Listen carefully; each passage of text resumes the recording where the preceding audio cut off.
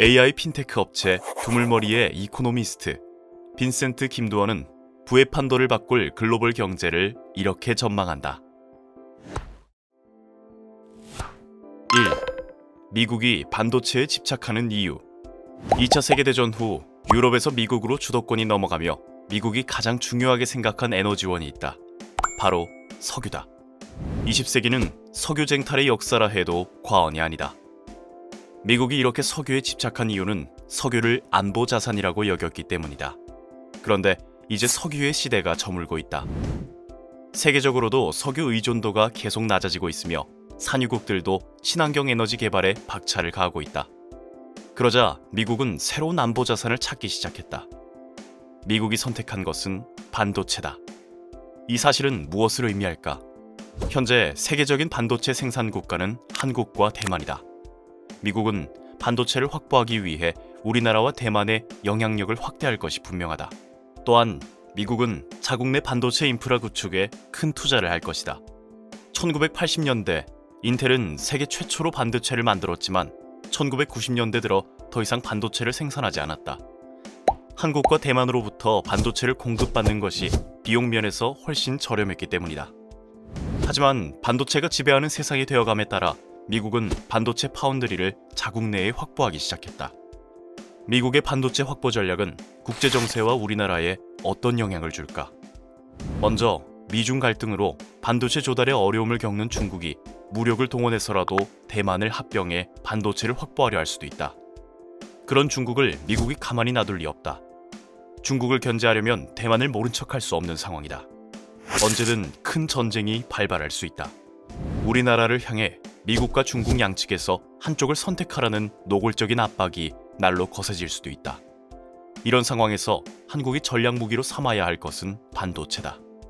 반도체 강국의 지위를 활용해 미국과 중국 사이에서 현명하게 활로를 찾아야 할 것이다. 2. 대안자산에 주목하라. 코로나19로 인해 양적 완화를 실시한 결과 주식, 채권, 부동산 등 전통자산의 가격이 올랐다. 이런 분위기가 앞으로 계속 이어질 수 있을까? 먼저 주식을 살펴보자. 현재 주식시장은 투자처로 별 재미가 없다. 주가가 오를 만한 긍정적인 요인들이 잘 안 보이기 때문이다. 미국이 테이퍼링을 진행하고 금리도 올린다면 달러 강세 국면이 된다.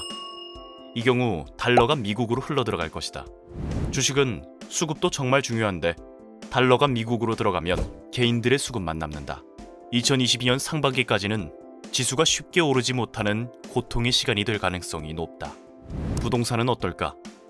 저금리 시절엔 레버리지를 일으켜 부동산으로 자산을 불릴 수 있었다. 하지만 오랜 시간 지속된 저금리가 끝나가고 있다.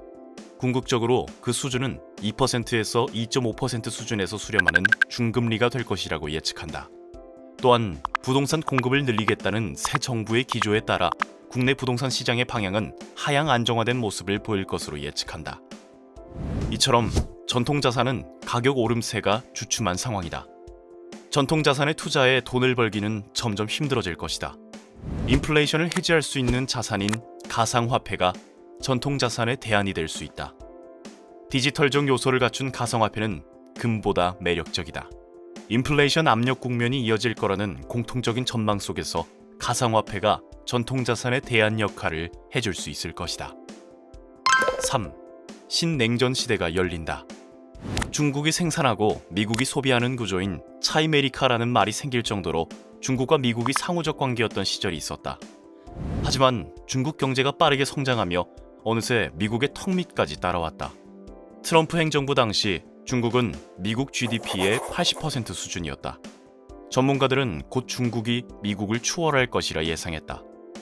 결국 미국은 무역 분쟁 카드를 꺼내 중국을 압박했고 이 기류는 바이든 행정부에서도 이어지고 있다. 미국이 미국의 우방국들을 중국 견제용 사슬로 이용하며 미국 서방 세계 대 중국 러시아 구도의 신냉전 시대가 열렸다. 2022년을 기점으로 차이메리카가 재편될 것이다. 중국은 수출보다 내수 부양에 힘을 쏟을 것이고 미국은 소비보다 투자에 나설 것이다. 두 나라의 역할이 완전히 뒤바뀌는 일이다. 그렇다면 우리나라에는 어떤 영향을 받을까? 한국 경제의 구조는 일본에서 기술을 수입해 중간재를 중국에 넘기는 형태였다. 우리나라가 지금까지 수출을 잘할 수 있었던 것도 미국이 중국 제품을 사주었기 때문에 가능한 일이었다. 그러나 이런 호시절은 이제 끝났다. 중국이 생산국에서 소비국으로 변화하고 미국이 소비국에서 투자국으로 변화함에 따라 우리의 전략도 바뀌어야 할 것이다. 기회가 위기가 되고 위기가 기회가 되는 시대. 보다 큰 시야로 세상 돌아가는 모습을 관찰하며 변화의 흐름을 파악하는 자세가 필요하다. 세계 경제가 직면한 5가지 거대한 변화. 넥스트. 이 콘텐츠가 도움이 되었다면 구독과 좋아요를 눌러주세요.